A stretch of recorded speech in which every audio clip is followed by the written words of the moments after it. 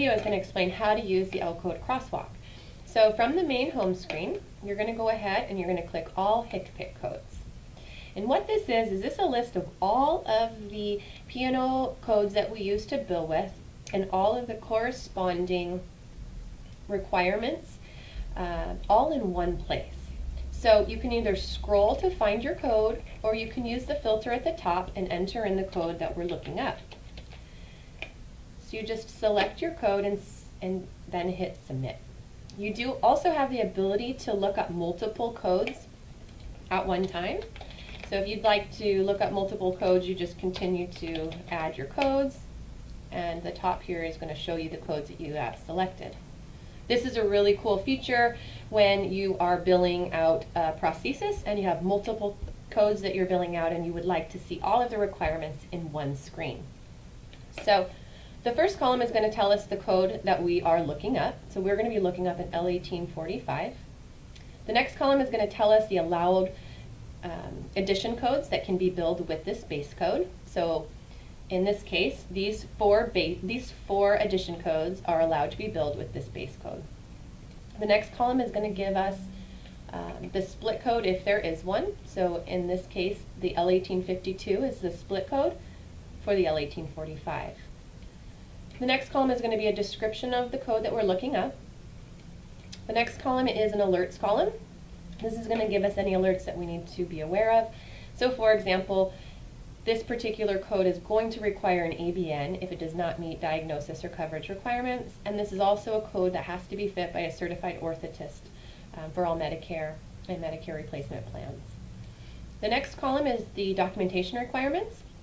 So for this particular code, it does require physician chart notes, and we also need to make sure that our practitioner notes indicate what was done to justify custom fit versus off the shelf, and so there's a little blurb right here that explains the difference between the two.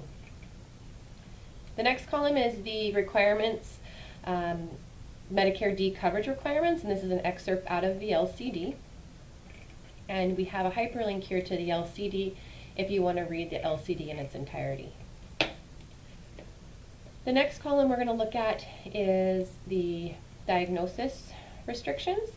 So in this case, this code does have diagnosis restrictions, so we would need to meet the diagnosis either listed in one of these two Excel sheets. So you just click this diagnosis list and it will bring up an Excel file which you can find the diagnosis off the prescription. So you can use a Control F and just type in the diagnosis that you have and to see quickly if it's on this list, and here you can see that it's on this list so that we know that it's a valid code to use, valid diagnosis code to use. The next column that we have here is PDAC. So in this case, this particular code L1845 does require PDAC approval. It says yes here, and if you click this hyperlink, it will take you directly to the PDAC website. It will already be sorted for the L1845. So all that you have to do is hit go here at the bottom, and it's going to take you to the list of all of the manufacturers and models that have been approved to use this L1845 code. The next column that we have to look at is the RUL. So you'll notice that this particular device has a 3-year reasonable useful life.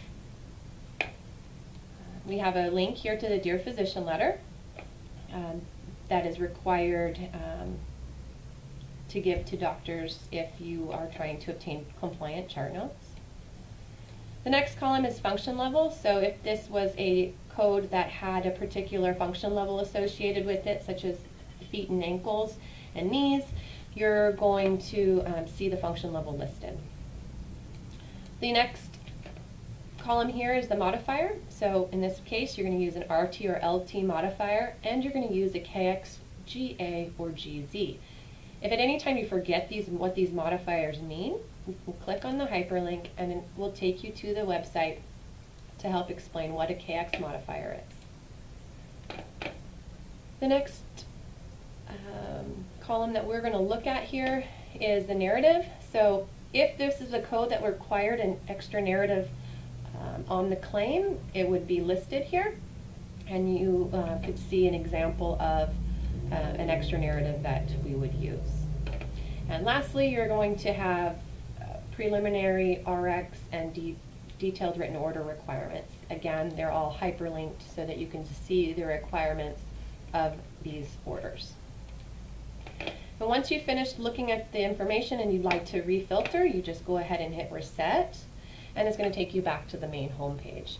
So the purpose of this Lcode crosswalk is to ensure that everybody on staff, either all in one office or in multiple sites, are all viewing the information in the same standardized way, and that everybody is on the same page. This has been a great tool to ensure compliance in billing, and a really great tool to reduce accounts receivable as well as Medicare audits.